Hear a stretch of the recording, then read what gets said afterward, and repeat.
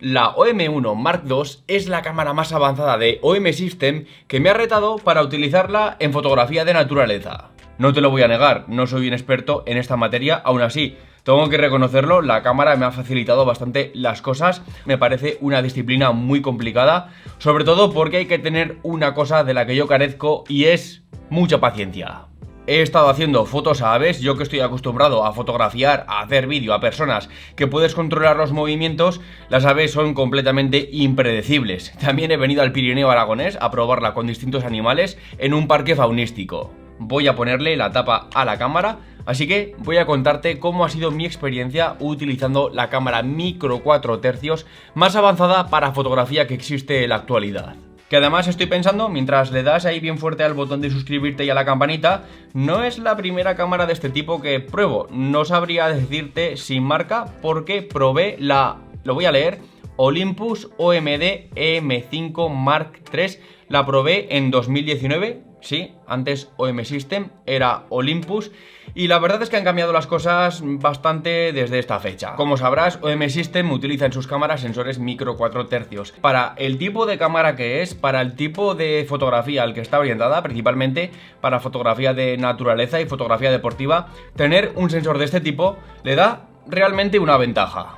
También te voy a estar hablando de las ópticas y precisamente una de las ventajas de los objetivos para sensores micro 4 tercios es que sí, por lo general son más económicos, pero es que también podemos tener objetivos de una gran distancia focal, objetivos luminosos en un tamaño compacto. Y de hecho es que muchas veces esta clase de distancias focales con estos diafragmas no existen para cámaras full frame. Por ejemplo, aquí tengo el 40-150-2.8, que esto equivaldría a un 80-300-2.8, y ya te digo que directamente esto en full frame no existe.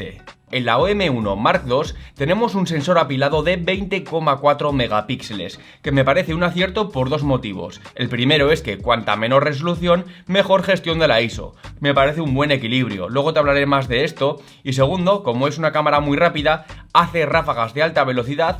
Si tuviéramos mucha más resolución, al final los archivos pesarían muchísimo, así que para eso creo que 20 megapíxeles son más que suficientes. Y sí, lo que acabas de oír, el sensor está apilado, hay muy pocas cámaras de objetivos intercambiables en la actualidad, podríamos contarlas con las manos, que tengan el sensor apilado, y esta OM1 Mark II es una de ellas. Esto nos permite velocidades de lectura extremadamente rápidas, podemos hacer ráfagas con el obturador electrónico de hasta 50 fotografías por segundo, con el autoenfoque continuo y de 120 con el enfoque simple, todo esto con prácticamente cero rolling shutter y sin blackout.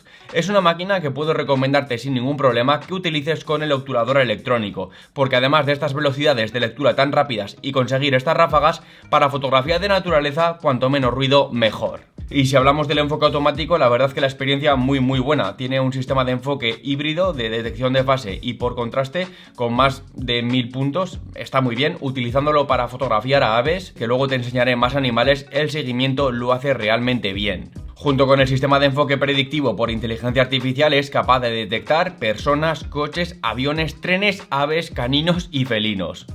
Con aves me ha sorprendido lo bien que funciona esta detección y lo bien que hace el seguimiento. De hecho, es que le costaba menos a la cámara reconocer el ave que a mí encuadrar. Y he utilizado esto para poder hacer las ráfagas, para poder encuadrar, porque lo que hacía era hacer un barrido con media pulsación del enfoque automático. De esta forma la cámara reconocía el ave y yo ya podía hacer el seguimiento. Y de esta forma, como te digo, pues he podido capturar las aves de forma mucho más fácil y no perder el encuadre. Prácticamente al instante me saltaba el reconocimiento, veis ahí el cuadro y yo podía seguir el vuelo y encuadrar correctamente. A mí es algo que me ha costado bastante encuadrar con distancias focales tan largas, sobre todo cuando estás enfocando al cielo y no tienes ningún punto de referencia, simplemente un pajarito que es muy pequeño, con el 40-150-2.8 y con el teleconvertidor por 2, que esto en equivalencia de formato completo es un 80-300 y con el teleconvertidor un 160-600, y cuanto más larga sea la distancia focal, más precisos tenemos que ser con el encuadre.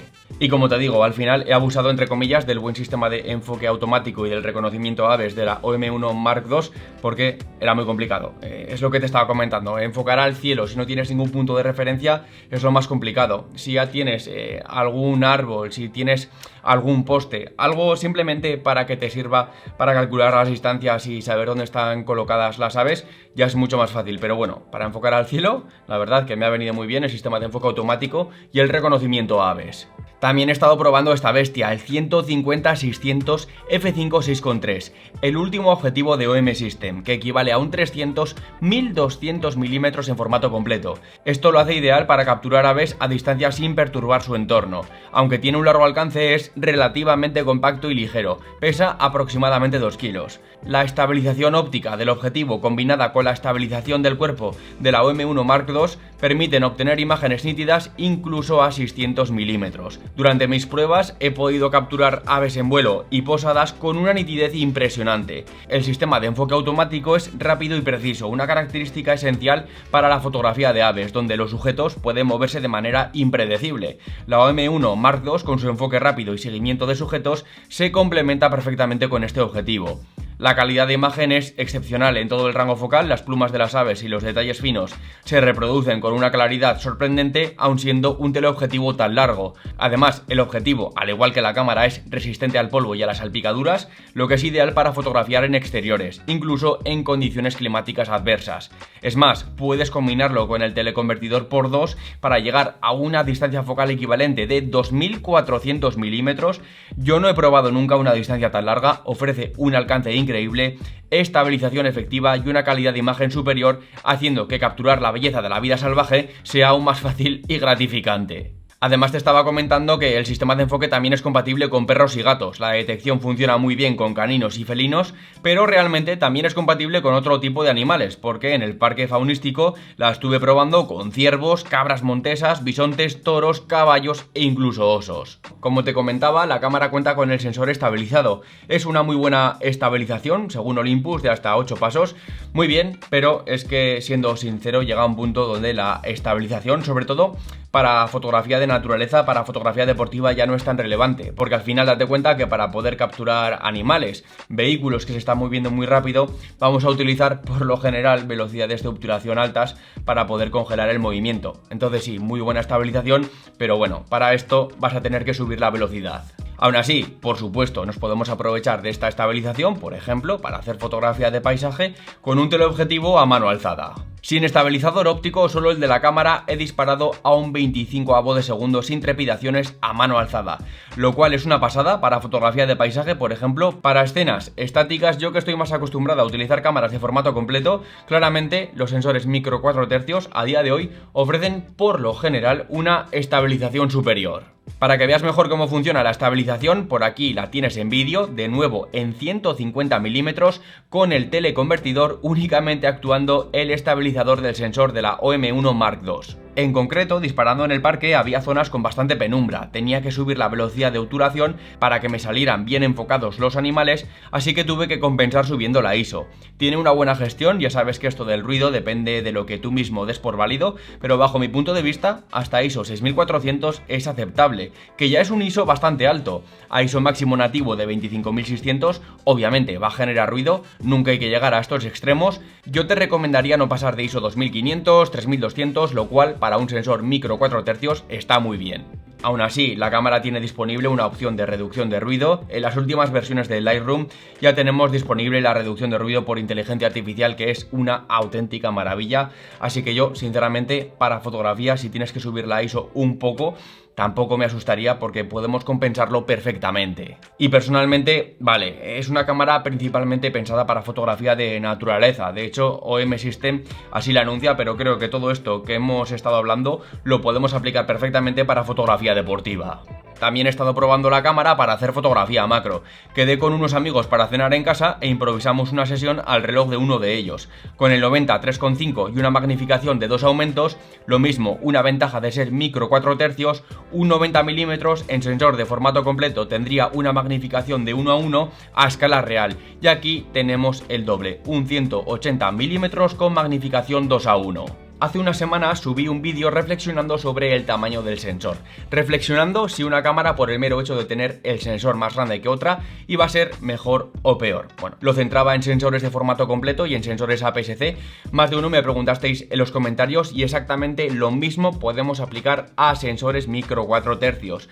Como resumen de ese vídeo, no. un sensor más grande no va a significar que una cámara sea mejor o peor que otra, va a depender completamente de lo que queramos hacer y también del modelo. Tenemos sensores micro 4 tercios, como es el caso de esta cámara, que tienen prestaciones mucho más elevadas que cámaras de formato completo. En este sentido, la OM1 Mark II, con su sensor micro 4 tercios, para el tipo de fotografía que te he comentado, de naturaleza, deportiva o macro, tiene ventajas importantes. Primero, en cuanto a la cámara, utilizando un sensor micro 4 tercios podemos tener altas prestaciones sin irnos demasiado en el precio. Esta cámara cuenta con un precio oficial de 2.280 euros, lo estoy consultando ahora mismo en la página oficial de OM System, que insisto, para un sensor apilado, para un sensor que pueda hacer ráfagas de 50 fotografías por segundo con el autoenfoque continuo sin blackout, es una pasada. Si quisiéramos algo similar en formato completo, tendríamos que irnos a los 4.000 euros. Segundo, las ópticas, muy importante, y aquí los sensores micro 4 tercios